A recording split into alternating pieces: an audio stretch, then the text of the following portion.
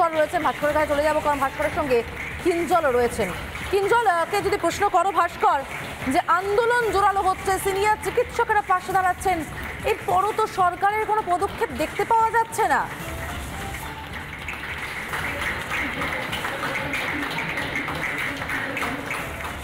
অবশ্যই সমাদৃতা, এই প্রশ্নটা নিয়ে কিঞ্জলের কাছে যাব। তবে দেখো, সার্বিকভাবে এই মুহূর্তে তোমাকে আরেকটা ছবি দেখাবো এবং এই মুহূর্তে কিঞ্জল অবশ্যই রয়েছে, তার পাশাপাশি আরজি করেও কিন্তু প্রতীকী অনশন চলছে, যেমনটা জুনিয়র ডক্টরস ফ্রন্টের তরফ থেকে ডাক দেওয়া হয়েছিল।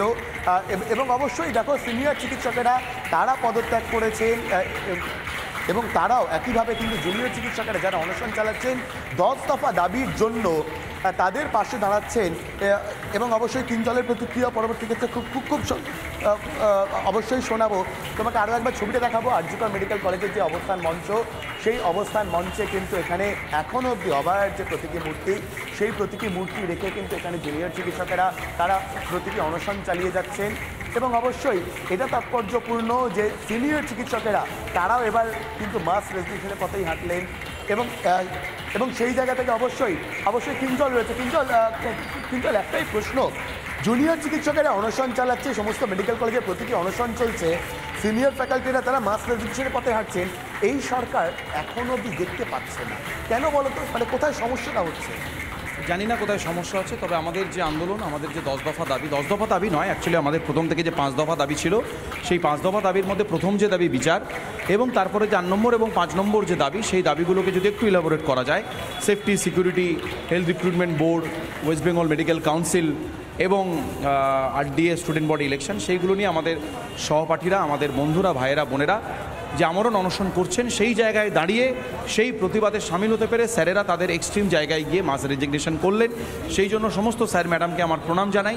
আরজি কর প্রথম করলো, আরজি করের স্যারেরা ম্যাডামেরা এই প্রথম সিদ্ধান্ত নিলেন এবং আমি অনুরোধ করব অন্যান্য যারা মেডিকেল কলেজ আছেন তারাও যেন এই সিদ্ধান্তে জায়গাটা একবার ভেবে দেখেন এবং মাস রেজিগনেশনের কথাটা ভেবে দেখেন, যাতে এই যারা যে ছেলেমেয়েরা অনশন করছে তাদের জায়গায় দাঁড়িয়ে এবং যে দাবিগুলো আমরা চাইছি সেই জায়গায় যদি সরকার কোনো সদর্থক ভূমিকা নেয়, সেই জায়গায় প্রতিবাদ জানিয়ে যাতে ওনারা এই সিদ্ধান্তকে একবার বিবেচনা করে দেখেন।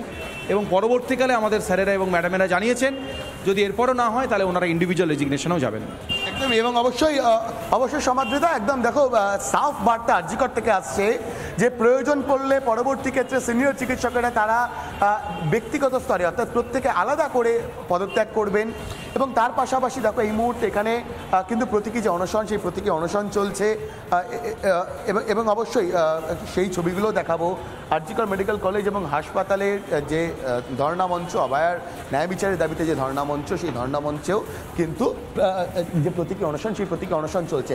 তো কথা বলার চেষ্টা করব, তোমরা এখানে প্রতীকী অনশন করছো, ধর্মতলাতে আমরণ অনশন চলছে, সিনিয়র ফ্যাকাল্টিরা তারা মাস রেজিগনেশন দিতে বাধ্য হচ্ছেন, একদম চরম সিদ্ধান্ত নিতে বাধ্য হয়েছেন। এরপরে অনেকে বলছেন রাজ্য সরকার তারা হয়তো এই ধর্মতলা চত্বরটা বা মেডিকেল কলেজ যে এরিয়াটা জুড়ে রয়েছে সেই জায়গাগুলো দেখতে পাচ্ছে না কেন? হঠাৎ করে ব্ল্যাক হোল তৈরি হয়েছে নাকি? দেখুন, প্রথম থেকেই প্রশাসন আর পুলিশ আমাদের সাথে অসহযোগিতা করছে। পুলিশ যেভাবে অসহযোগিতা করেছে সেটা তো আর বলার অপেক্ষা রাখে না।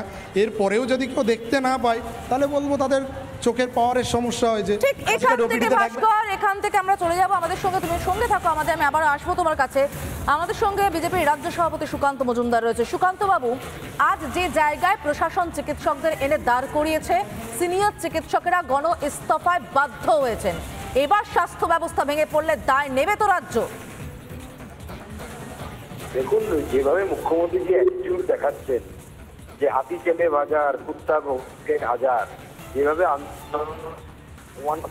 আই ডোন্ট কেয়ার বলছেন, তো মুখ্যমন্ত্রী যায় আসে না যে কজন লোক মারা গেল, স্বাস্থ্য ব্যবস্থা করলো, কি হলো, উনি এবং ওনার পরিবারের লোকেরা ভালো থাকলে পরে উনি খুশি। তার বাইরে কোথায় কি হচ্ছে, রাজ্যের স্বাস্থ্য ব্যবস্থা ভেঙে যাচ্ছে, কার মেয়ে খুন হয়ে যাচ্ছে, ধর্ষণ হয়ে যাচ্ছে, তা নিয়ে মাননীয় মুখ্যমন্ত্রী খুব একটা মাথা ব্যথা নেই।